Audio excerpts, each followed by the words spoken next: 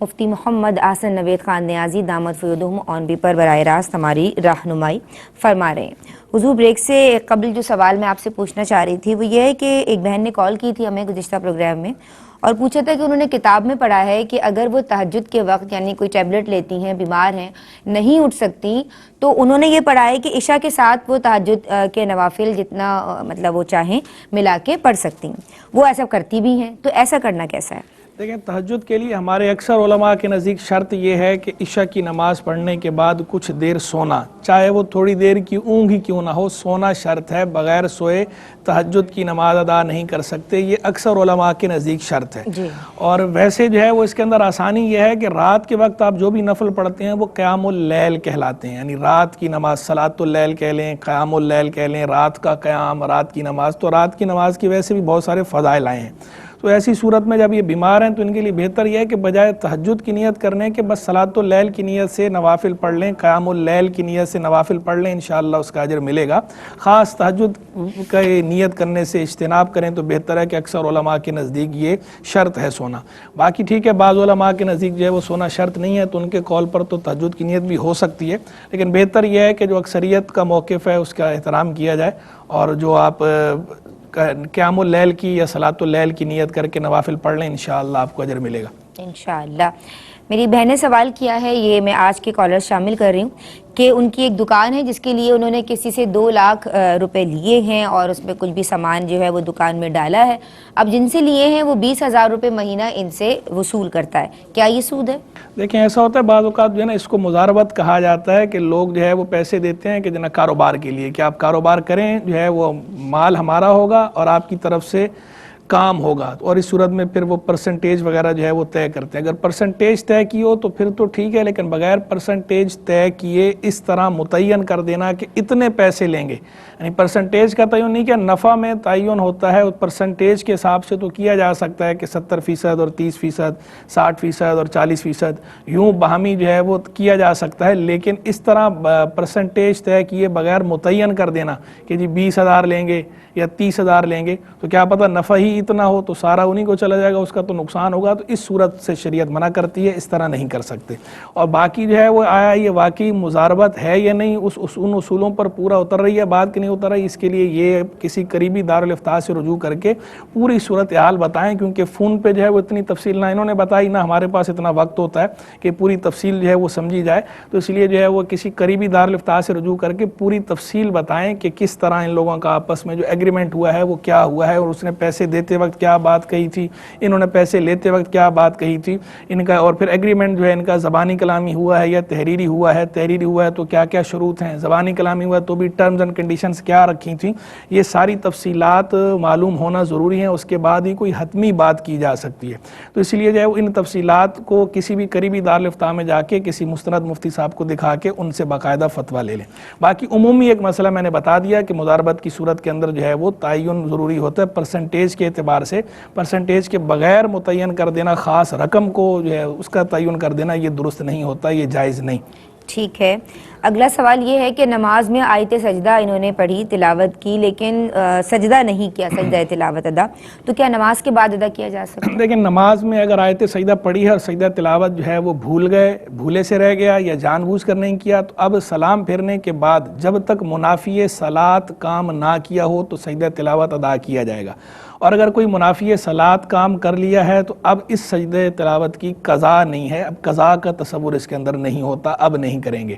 منافی صلاۃ کام سے مراد یعنی وہ کام کے جو نماز کے منافی ہو، جس سے نماز ٹوٹ جاتی ہو، جیسے بات چیت کرنا، اٹھ کے چلے جانا، سینہ پھیر لینا قبلے سے، یہ اس طرح کے کام، یعنی جو منافیہ وضو ٹوٹ گیا یا اور کوئی ایسا کام کہ جو نماز کے منافی ہے، وہ کام اگر کر لیا ہے سلام پھیرنے کے بعد، اب اس کی قضا نہیں ہے۔ اور ایسا کوئی کام نہیں کیا تو اسی جگہ پر بیٹھے بیٹھے یاد آ گیا کہ سجدہ تلاوت رہ گیا ہے تو اسی وقت جو ہے وہ ادا کیا جا سکتا ہے۔ اچھا، نماز کے اندر بھی اس کا حکم یہ ہوتا ہے سجدہ تلاوت کا کہ سجدہ تلاوت کے اندر اگر رکوع میں نیت کر لے آدمی سجدہ تلاوت کی تو رکوع سے بھی سجدہ تلاوت ادا ہو جاتا ہے۔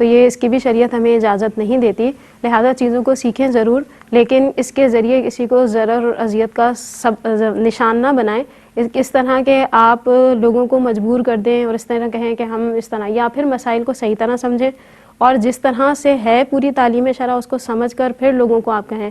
ہوتا یہی ہے کہ لوگ ایک آدھ مسئلہ سنے ہوتے ہیں اور پھر اس کے بعد ان کے سامنے کوئی صورتحال آتی ہے تو بغیر علم کے وہ شروع ہو جاتے ہیں فتویٰ دینا کہ یہ نہیں ہوا، ایسے نکاح نہیں ہوتا، یہ نہیں ہوتا، وہ نہیں ہوتا، سب خود عالم اور بن ایک جاتے ہیں. انتشار پھیل جاتا ہے اور کسی کی تقریب بھی خراب ہوتی ہے اور اس کی زندگی اس سے زیادہ متاثر ہوتی ہے. تو اس سے پرہیز کریں. بالکل بچنا چاہیے. میں آپ کی سمت آؤں گی. صدف، آپ کیا پیغام دو گی بہن؟ جی، میں پیغام دینا چاہوں گی، جیسے کہ ابھی سوال بھی کیا گیا تھا کہ سرپرست کا نام لکھ دیا جاتا ہے والد کی جگہ پہ، تو اب یہ کیونکہ جو ہے جانباً سے معلوم ہی ہوتا ہے تو پہلے سے یہ معاملہ طے کر لیا جائے. این نکاح کے وقت اس کو ڈسکس کرنا، جھگڑا کرنا اور اس کی وجہ سے پھر آپس میں افتراق ہونا، انتشار ہونا، اور پھر ایسا بھی ہوتا ہے کہ جو آپس میں خونی رشتہ دار ہیں نا ان میں جدائیاں واقع ہو جاتی ہیں. تو پہلے سے اس معاملے کو طے کر لیا جائے کہ بھئی یہ معاملہ اس طرح ہوگا تاکہ افہام و تفہیم کے ذریعے معاملہ طے کر لیا جائے اور یہ افتراق اور انتشار و جدائی نہ ہو. بالکل باعث خیر بنے. اس طرح کے معاملات سے جو ہے حتی الامکان بچنا چاہیے. حضرت، میں آپ سے بھی میسج لینا چاہوں گی. جی بس میں جو ہے وہ میسج لے گا جو ہے وہ ایک سوال کا جواب دے دیتا ہوں کہ سوال ایک بہن نے پوچھا تھا کہ یہ جو کہا جاتا ہے کہ سجدے میں دعا قبول ہوتی ہے زیادہ، تو اس سے مراد نماز کا سجدہ ہے یا عام سجدہ ہے؟ اور جو دعا مانگنی ہے وہ عربی میں مانگنی ہے یا کسی بھی زبان میں مانگ سکتے ہیں؟ تو اس سے مراد نماز کا سجدہ ہوتا ہے. نماز کے سجدے کے اندر دعا مانگی جا سکتی ہے لیکن نفلی سجدہ. فرض نماز کے اندر بہتر یہ ہوتا ہے کہ آپ صرف وہ جو تسبیحات ہیں سبحان ربی الاعلیٰ وہ پڑھیں، وہی سرکار علیہ السلام سے منقول ہیں، مسنون ہیں، معصور ہیں. دعا مانگنا براہ راست ثابت نہیں ہے، لیکن نفلی جو نمازیں ہیں، نفلی نمازوں کے سجدے میں سرکار علیہ السلام سے دعائیں مانگنا منقول ہے، مسنون ہے. تو نفلی نماز کے سجدے میں دعا مانگی جا سکتی ہے اور عربی کے اندر مانگنی چاہیے. غیر عربی میں نماز میں دعا مانگنا مکروہ ہے. جناب بہت شکریہ حضرت آپ کا. عالمات میں آپ دونوں کی شکر گزار ہوں. ناظرین، آپ لوگوں کا بہت شکریہ کہ آپ لوگ ہمیں کالز کرتے ہیں. آپ ہمارے یہ پروگرامز اپنی سہولت کے حساب سے ڈیجیٹلی بھی، یعنی ہمارے فیس بک پیج پہ، ہماری ویب سائٹ پہ جا کے، ہمارے یوٹیوب چینل پہ ARYQTV ٹائپ کیجئے اور جناب دیکھ لیجئے اور دین سیکھ رہے ہیں اور انشاءاللہ دینی احکام سیکھتے رہیں گے. السلام علیکم ورحمۃ اللہ. بہرے نصاب دیکھیے آقا کی فرامی، اوج کمال پر ہے وہ تابندہ مضامی. احکام اس میں سیکھے خواتین دین کے، کیا خوب ہے یہ سلسلہ دین اور خواتین